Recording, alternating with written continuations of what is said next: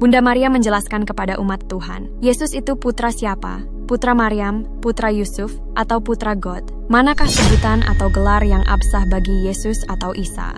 Yahudi, putra Yusuf, Kristiani, putra God, Islam, putra Maryam, semuanya benar dalam perspektif masing-masing. Kaum Yahudi merujuk Yesus sebagai anak Yusuf, menuruti budaya kesilsilahan patriarki mereka. Orang Kristen mengenal Yesus sebagai anak God karena kualitas Yesus memenuhi kualitas God ilahi. Dan Muslim menyebut Yesus sebagai anak Maryam, karena budaya Arab akan menyebutnya anak dari Maryam kalau tanpa bapa. Akan tetapi, Yesus menyebut dirinya anak dalam dua posisi, duniawi dan ilahi, yaitu sebagai anak manusia dan anak God.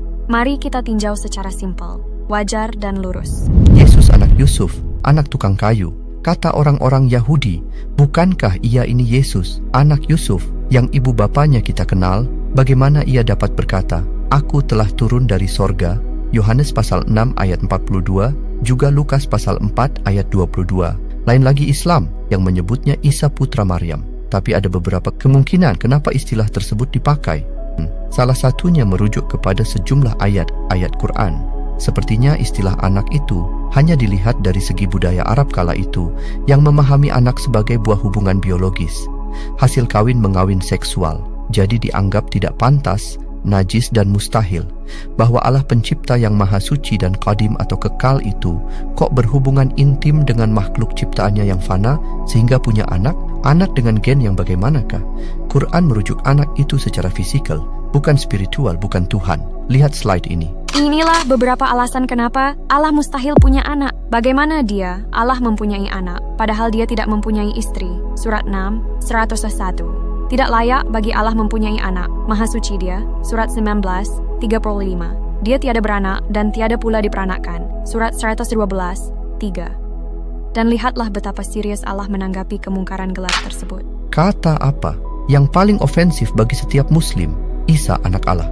Hampir-hampir langit pecah karena ucapan itu, dan bumi belah, dan gunung-gunung runtuh, karena mereka mendakwakan Allah yang maha pemurah mempunyai anak. Surah 19, 90-91. Jadi salahnya di mana? Namun Alkitab berisi banyak istilah atau gelar anak dalam arti yang sangat luas, termasuk yang spiritual dan non-genetikal biologis, seperti istilah anak dunia, Lukas 16 ayat 8, anak terang, Yohanes 12 ayat 36, anak perjanjian, Roma 9 ayat 8, anak kerajaan, Matius 13 ayat 38 dan lain-lain. Khusus Yesus yang disebut anak God, anak manusia, anak domba God, anak Bapa, dibedakan dengan huruf besar. Dan gelar-gelar Yesus ini adalah gelar ilahiyah, non-fisikal, yang setiapnya merujuk kepada sifat, hakikat, dan peran yang disandang khusus olehnya. Misalnya lagi, gembala, di samping anak domba pula, jalan, kebenaran, hidup, terang dunia, air hidup, dan lain-lain.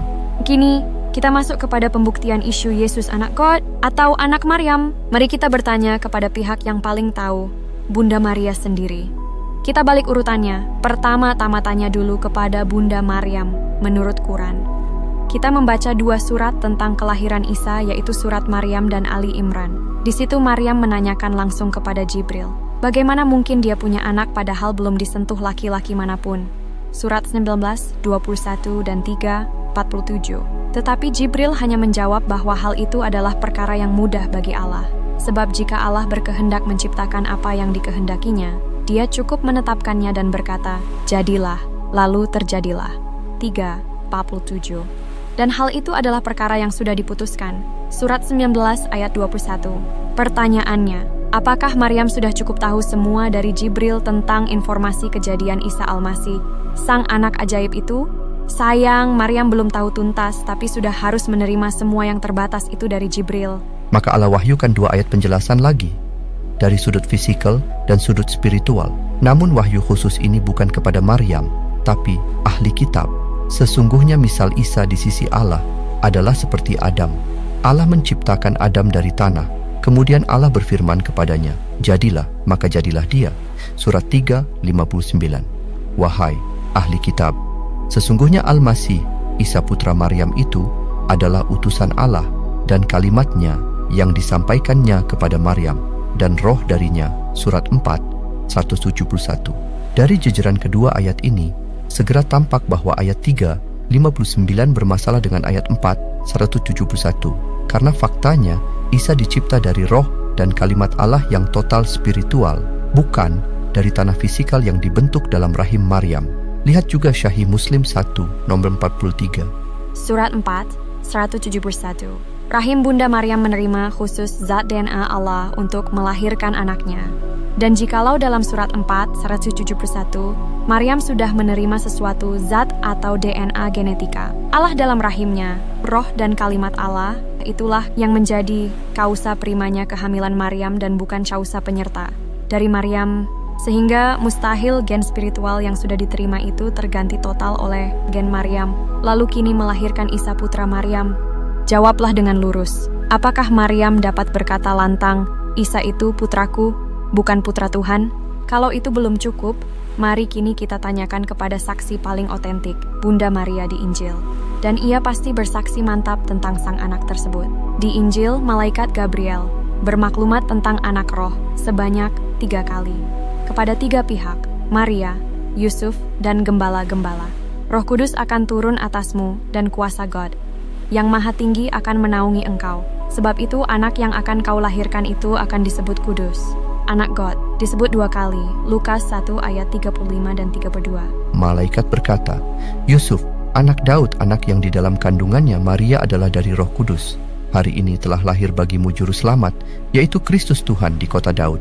Matius 1 ayat 20-21 dan Lukas 2 ayat 11. Dikatakan, Maria merekam semua kejadian ini dalam hatinya. Lukas 2 ayat 19.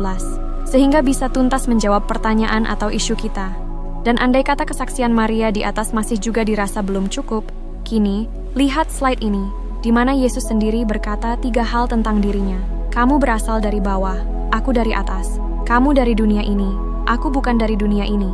Aku keluar dan datang dari God. Siapa yang datang dari sorga adalah di atas semuanya. Yohanes 8 ayat 23, 42, 3 ayat 31. Camkan, artinya super gamblang. Yesus itu putra God, bukan anak fisikal, bukan datang dari Bunda Maria, tapi sang anak dari sorga, kembali ke sorga, di atas semua. Akhirnya, yang paling absah dan mutlak adalah maklumat terbuka dari God sendiri, sampai perlu-perlunya disampaikan 2 kali berturut-turut secara publik di antara para saksi mata, dengan suara nia dari langit dan dari awan. Inilah anakku yang kukasihi, dengarkanlah dia. Matius 3 ayat 17 dan 17 ayat 5. Alhasil, anak, siapa lagi Yesus itu selain sang anak God sendiri yang bahkan diakui dan ditakuti oleh setan-setan?